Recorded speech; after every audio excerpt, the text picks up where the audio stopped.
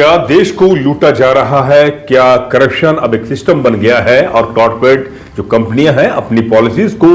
लागू करवाने के लिए बड़ी राजनीतिक पार्टियां और सरकारों को बड़ा मोटा चंदा या चंदे के एवज में रिश्वत देता है। ये बातें लगभग पहले भी ऐसी होती थी, लेकिन इस दौर में खासतौर पे नरेंद्र मोदी के प्रधानमंत्री के कार्यकाल में ये बात बिल्कुल बहुत ज्यादा साफ तौर पर निकलकर सामने आ रही है। लेकिन मीडिया, जो कॉर्पोरेट मीडिया है या मनोवादी मीडिया है, वो इस तरह की इन्वेस्टिगेशन खबरें नहीं करती क्योंकि उन पर लगाम मोदी सरकार का है। लेकिन यही खबर अमेरिका में और वहां के अखबारों ने इसको खुलकर लिखा है कि गौतम अडानी की जो कंपनी है, ग्रुप्स की जो कंपनी है, वो भारत में जो सोलर पावर प्लांट के लिए जो प्रोजेक्ट है उसको पास करवाने के लिए या उस प्रोजेक्ट को भारत में लाने के लिए तकरीबन 2000 करोड़ से भी ज्यादा की रिश्वत दी गई। जी हां, इस मुद्दे पर हम खुलकर आपको बातें बताएंगे। आप देख रहे हैं डेमोक्रेटिक भारत में डॉक्टर महेश वर्मा। इस वीडियो को आप पूरा देखें और आपको खुद तो मालूम होगा कि जो कॉर्पोरेट और धंधा सेठ हैं वो अपनी पॉलिसीज के लिए, अपनी नीतियों के लिए, अपने प्रोजेक्ट्स के लिए किस तरह से राजनीतिक पार्टियों को फायदा उठाते हैं और भारत की जनता किस तरह से अभी भी बेरोजगारी, भूखमरी और स्वास्थ्य, शिक्षा, तमाम मुद्दों के लिए अभी भी बहुत ज्यादा पीछे है और उनके लिए बहुत ज्यादा कुछ काम नहीं होता। सिर्फ नेता चुनाव में बड़े भाषण देते हैं। जी हां, हम बात कर रहे हैं गौतम अडानी की ग्रुप्स की कंपनियों को लेकर। अमेरिका के न्यूयॉर्क के जो अटॉर्नी कार्यालय है उसने एक खुलासा किया है और वहां पर आरोप तय हुआ है उन पर, गौतम अडानी की कंपनी पर, खासतौर पर गौतम अडानी पर और उनके साथ साथ 7 और लोगों को जो कि उन्हीं के ही कंपनी के लोग हैं। अमेरिका में से जहां सोलर पावर प्लांट को भारत में सुचारू करने के लिए, लगाने के लिए, कॉन्ट्रैक्ट लेने के लिए तकरीबन 2000 करोड़ से भी ज्यादा की रिश्वत ली गई। रिश्वत के लिए पैसा लिया गया और ये पैसा कहां से उठाया गया? ये अमेरिका के बैंकों से लिया गया और साथ ही वहां के जो इन्वेस्टर्स हैं, वहां के उन इन्वेस्टरों से पैसा उगाया गया जिससे कि वह भारत के उन उच्च अधिकारियों को दिया जा सके जिससे कि वो उस कॉन्ट्रैक्ट को पास करवा सकें गौतम अडानी के लिए भारत में सोलर प्लांट लगाने के लिए। अब सवाल यह है कि इतनी बड़ी रिपोर्ट और भारत में किसी भी तरह से हो हल्ला नहीं, किसी भी तरह से गौतम अडानी पर भारत सरकार के ईडी, सीबीआई और तमाम जो जांच एजेंसियां हैं उन्होंने किसी भी तरह से लगाम नहीं लगाया। प्रधानमंत्री या भाजपा की जो सरकारें हैं या जो उनका पूरा मंत्रिमंडल है या उनके तमाम नेता हैं और मीडिया ने किसी भी तरह की कोई हेडलाइंस नहीं बनाई, जो सुर्खियां नहीं बनाई और पूरी तरह से जो कई उलूल जुलूल मुद्दों पर मीडिया पूरे दिन भर भौंकता है, इस गौतम अडानी के इतने बड़े रिश्वत कांड को लेकर क्यों नहीं एक भी रिपोर्ट बनाई? क्योंकि उन्हें मालूम है कि हमारी लगाम और हमारी जुबान प्रधानमंत्री मोदी ने पूरी तरह से बंद करके रखी हुई और हमारा काम और सिर्फ मोदी की सरकार की वाहवाही करना है। तो मैं बात आपसे कर रहा हूं कि ये अमेरिका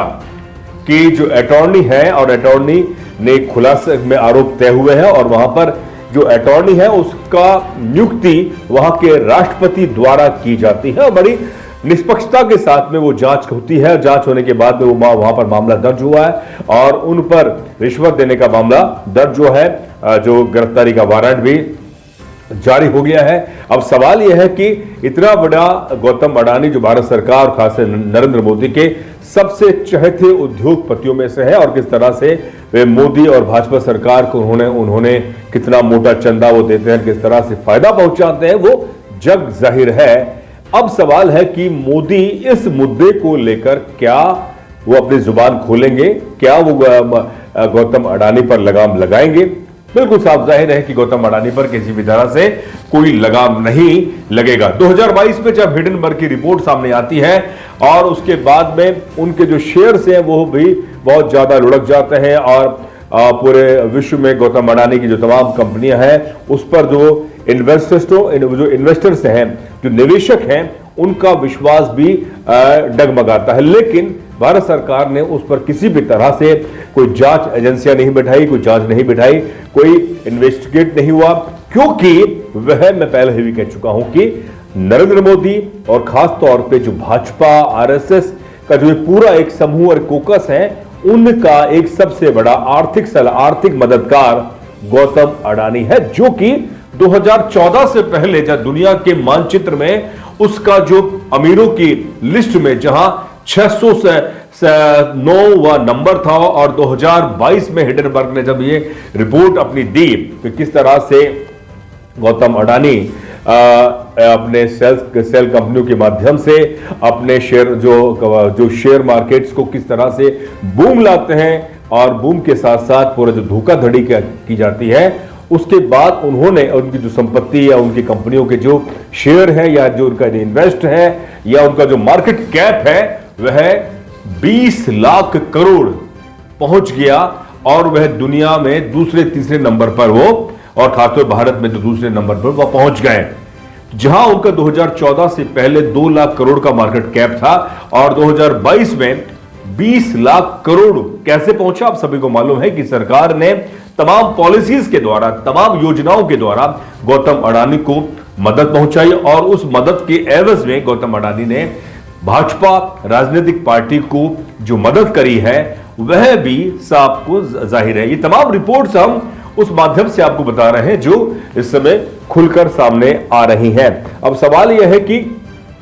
जहां गौतम अडानी ने 2000 करोड़ से भी ज्यादा की रिश्वत जो पेशकश की है, और वह सारी जो रिपोर्ट है, सबूत है, फेडरल एजेंसी और के साथ साथ जो अटॉर्नी कार्यालय है वहां पर सबूत भी है। वो कह रहे हैं कि हमारे पास तमाम सबूत हैं, इलेक्ट्रॉनिक्स जो गैजेट्स हैं उसमें रिकॉर्ड है, सेलुलर फोन में सेलुलर जो गैजेट्स हैं उनमें सारे रिकॉर्ड है, उनकी जो बातचीत हुई है कि किस एवज में रिश्वत देनी है भारत के उच्च अधिकारियों को, और उच्च अधिकारी किस तरह से वो पॉलिसीज को बनाएंगे गौतम अडानी के लिए। और वह भारत में सोलर प्लांट को अमेरिकी कंपनी वहां पर गौतम अडानी के लिए लगाएगी, गौतम अडानी वहां पर वहां से लेकर आएंगे। यानी कि आप देखिए कि 16,000 से भी ज्यादा करोड़ का ये मुनाफा तकरीबन 20 साल में गौतम अडानी कमाने वाले थे, और 2000 करोड़ रुपए की रिश्वत देने के बाद, यानी कि साफ जाहिर है कि एक बड़ा हिस्सा रिश्वत में दिया गया और उससे भी बड़ा वे मुनाफा कमा रहे हैं। अब सवाल यह है कि जब ये रिश्वत दी जा रही है और रिश्वत के तौर पर वो भारत में इतना बड़ा इन्वेस्ट करेंगे सोलर प्लांट का, इसमें भारत की जो एजेंसियां हैं वो क्या कर रही हैं? भारत की जो ईडी है, सीबीआई है और भी जांच एजेंसियां वो क्या कर रही है? क्या उन्हें पहले मालूम नहीं था कि इस तरह के जो कॉर्पोरेट जो कंपनीज हैं या ग्रुप्स हैं वो प्रोजेक्ट्स को लेने के लिए कितना मोटा रिश्वत देती है, और जब जाके उनके प्रोजेक्ट्स पास होते हैं? ये पहले भी होता रहा है, ये कोई नई और छुपी बात नहीं है। लेकिन इन दिनों जो गौतम अडानी की जो ग्रुप से है वो कंपनियां हैं जो खासतौर पे जो खुलकर साफ तौर पर दिख रहा है, उससे साफ लग रहा है कि भारत में तमाम जो पीएसयूज हैं, बैंक हैं, एलआईसी हैं, ये आने वाले समय में ये भी गौतम अडानी को बेच दिए जाएंगे, जैसा कि भारत के लगभग बंदरगाहों को गौतम अडानी की कंपनीज को दे दिए गए, भारत के जो एयरपोर्ट्स हैं वो भी अडानी ग्रुप्स को दे दिए जा रहे हैं। तो आप समझे कि भारत सरकार, भारत की राजनीतिक पार्टी जो शीर्ष पर है या सत्ता पर है, भाजपा, वह अपने सबसे बड़े आर्थिक मददगार गौतम अडानी को इस एवज में मदद कर रही है कि वह उनकी पार्टी को मोटा पैसा देते हैं, और उसके बाद सरकार वह उनके लिए ऐसी पॉलिसीज बनाती है या उनको टेंडर देती है। अब सवाल यह है कि जब इतना बड़ा रिश्वत कांड का साफ तौर पर खुलासा हो चुका है, अमेरिका के अखबारों में इसका खुलासा हो चुका है, वहां की जो फेडरल एजेंसियां, जांच एजेंसियों ने आरोप तय कर दिए हैं, क्या मोदी इस पर बड़ा एक्शन लेंगे? भारत के गृह मंत्रालय इस पर एक्शन लेगी, भारत की ईडी सीबीआई एक्शन लेगी? साफ तौर पे हिंडनबर्ग में जब ये रिपोर्ट साफ तौर पे आई थी, शेल कंपनियों के माध्यम से जो अपने शेयर्स को किस तरह से बूम पर लाया जा रहा है, और खासतौर पे सेल कंपनियों के माध्यम से जो इन्वेस्टर्स जो पैसा इकट्ठा किया जा रहा है वो पूरा एक गोरख धंधा था, उसको भी लेकर मोदी सरकार की तमाम जांच एजेंसियों ने कोई जांच नहीं की, क्योंकि इस पर सीधे तौर पर मोदी सरकार का हाथ था। ये आरोप बिल्कुल लगभग साफ तौर पर तय है। राहुल गांधी और कांग्रेस इस पर लगातार, जो सीबी है उनके जो चेयरमैन है माधवी, उस पर भी आरोप लगा चुके हैं कि उनका काम होता है कि जो शेयर्स मार्केट के जो मैनिपुलेशंस हैं उसको रोकना, उसके जो मार्केट्स में जो गोरख धंधा है शेयर्स मार्केट के एवज में जो कंपनियां करती हैं उसकी जांच करना, उसकी मार्केट के रेगुलेटरी को उसको दुरुस्त करना या रेगुलेट करना। लेकिन जब चेयरमैन और सीबी ही कॉर्पोरेट से बड़ी कंपनियों के लिए मददगार साबित हो जाए, तो आप समझ सकते हैं कि इसमें फायदा किसका हो रहा है और नुकसान किसका है। जबकि ये तमाम पैसा भारत की योजनाओं में, भारत के वेलफेयर के लिए लगना चाहिए था, यहाँ की उच्च शिक्षा के लिए, स्वास्थ्य के लिए और यहाँ के बेहतर योजनाओं के लिए। लेकिन नहीं, यहां पर तमाम योजनाओं को, तमाम पॉलिसीज को, तमाम प्रोजेक्ट्स को जिस तरह से कॉर्पोरेट कंपनियों को दिया जा रहा है और सार्वजनिक संपत्ति को निजीकरण किया जा रहा है, उससे भारत की जनता आज देश की सरकार की तरफ देखती है और वो देखती है कि ये सरकार सिर्फ और सिर्फ पूंजीपतियों के लिए काम करती है, ना कि हमारे लिए। और जब वो सवाल उठाती है तो उनके बीच में हिंदू मुसलमान का कुछ ऐसा सगुफा छोड़ दिया जाता है, जाति और मजहब का एक ऐसा सगुफा छोड़ दिया जाता है और वो जनता अपने पेट की खातिर या तो शांत हो जाती है, अपनी नौकरी की खातिर या महंगाई की खातिर, जिस तरह से महंगाई बढ़ रही है, या वो हिंदू मुसलमान का जो सगुफा है या जो जिसे कह सकते हैं कि जो सांप्रदायिक तनाव है उसको उसमें ही गिरफ्त हो जाती है और वह सिर्फ और सिर्फ हिंदू और मुसलमान के बीच में फंसकर उन बड़े मुद्दों पर उनको जानकारी सब नहीं आ पाती, जिन जानकारी को देने का सबसे बड़ा काम या तो इन्वेस्टिगेशन एजेंसियों का होता है या उस एजेंसी के मार्फत मीडिया का होता है। मीडिया जो तमाम इस तरह के गोरख धंधों को इन्वेस्टिगेट करके एक्सक्लूसिव रिपोर्ट्स के माध्यम से जनता को आगाह करे, जागरूक करे और जागरूक करने के साथ साथ वो सरकार से सवाल उठाए। लेकिन आपने देखा होगा कि पिछले 10 सालों में जो कॉर्पोरेट मीडिया है, जिसे हम आम भाषा में गोदी मीडिया या मनोवादी मीडिया कहते हैं या ब्राह्मणवादी मीडिया कहते हैं, उसने अभी तक मोदी सरकार के या तो स्टेट्स की जो सरकार, राज्यों की सरकार है भाजपा की, या जो केंद्र में सरकार चल रही है, उसमें एक भी बड़ा घोटाला, रिश्वत कांड का भी खुलासा नहीं किया है। घोटाला, अब देखिए क्या भारत में इतने बड़े बंदरगाहों को बेचा जा रहा है, एयरपोर्ट को बेचा जा रहा है, बड़ी बड़ी जो पीएसयू कंपनियों को, सार्वजनिक कंपनियों को जो निजीकरण के तौर पर उनको उनकी उनका जो एक लाभ था या जो उनकी जो संपत्ति थी उसको इस तरह से कम दामों में धन्ना सेठों को, और खासतौर पे जो मोदी के चहेते सेठ हैं, मोदी के जो चहेते कॉर्पोरेट्स हैं, उनको दिया गया। तो ये इतनी बड़ी क्यों दिया गया, किस लिए दिया गया, किसको फायदा हो रहा था, किसको नुकसान हो रहा था, भारत का क्या होगा, भारत देश का क्या होगा, भारत की जनता का क्या होगा, ये तमाम सवाल थे। आप सोचें, और हमको सिर्फ और सिर्फ हिंदू मुसलमान में फंसाकर या उस मुद्दों में हमको बरगलाकर हमारे सामने से जो बड़े मुद्दे हैं वो गौण कर दिए जाते हैं। तो अमेरिका की एजेंसी ने साफ तौर पर यह मुद्दा उठाया है और मुद्दे के साथ साथ आरोप भी तय हो गया है और उसमें 7 लोग हैं, जिसमें से मोदी के घर वाले भी हैं, मोदी के जो भतीजे हैं वो भी हैं और उसके साथ साथ और भी लोग हैं। तो सवाल, ये जो डॉक्यूमेंट्स मैं आपको दिखा रहा हूं, उस डॉक्यूमेंट्स में साफ जाहिर है कि $250 मिलियन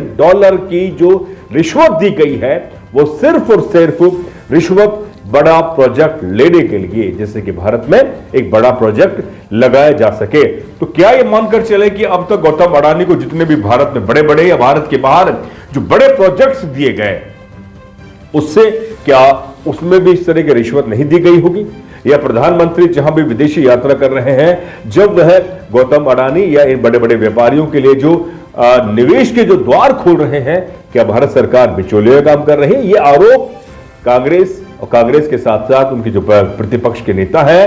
राहुल गांधी उठा रहे हैं और तमाम जो राजनीतिक पार्टी के लोग भी उठा रहे हैं। बहन मायावती ने भी कई बार सवाल उठाया कि कॉर्पोरेट्स के माध्यम से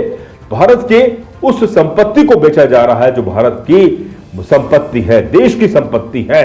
ये बड़े सवाल है। चंद्रशेखर भी लगातार इस तरह के सवाल उठाते रहे हैं कि भारत में स्वास्थ्य, शिक्षा, रोजगार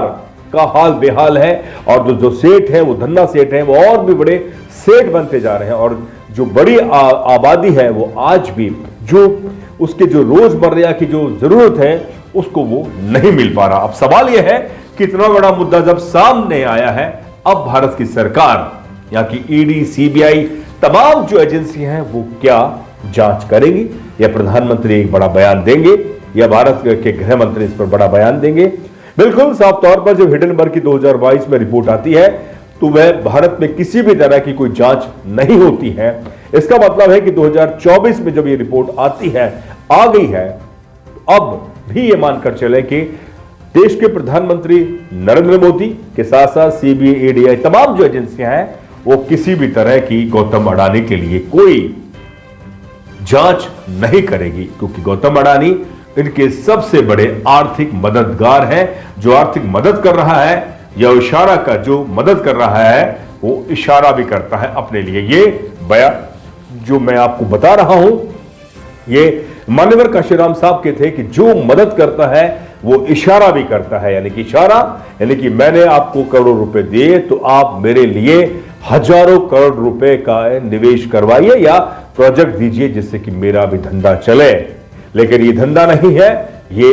गोरख धंधा है। साथियों, इस मुद्दे पर आपकी क्या राय है आप जरूर लिखकर भेजें। चैनल को सब्सक्राइब करें और बेल आइकन दबाना ना भूलें। और आपसे निवेदन है कि चैनल को आर्थिक मदद जरूर करें, क्योंकि हम इस समय बहुत ज्यादा संघर्ष कर रहे हैं बेहतर पत्रकारिता करने के लिए। बहुत बहुत शुक्रिया। जय भीम, जय भारत, जय जोहार, जय संविधान।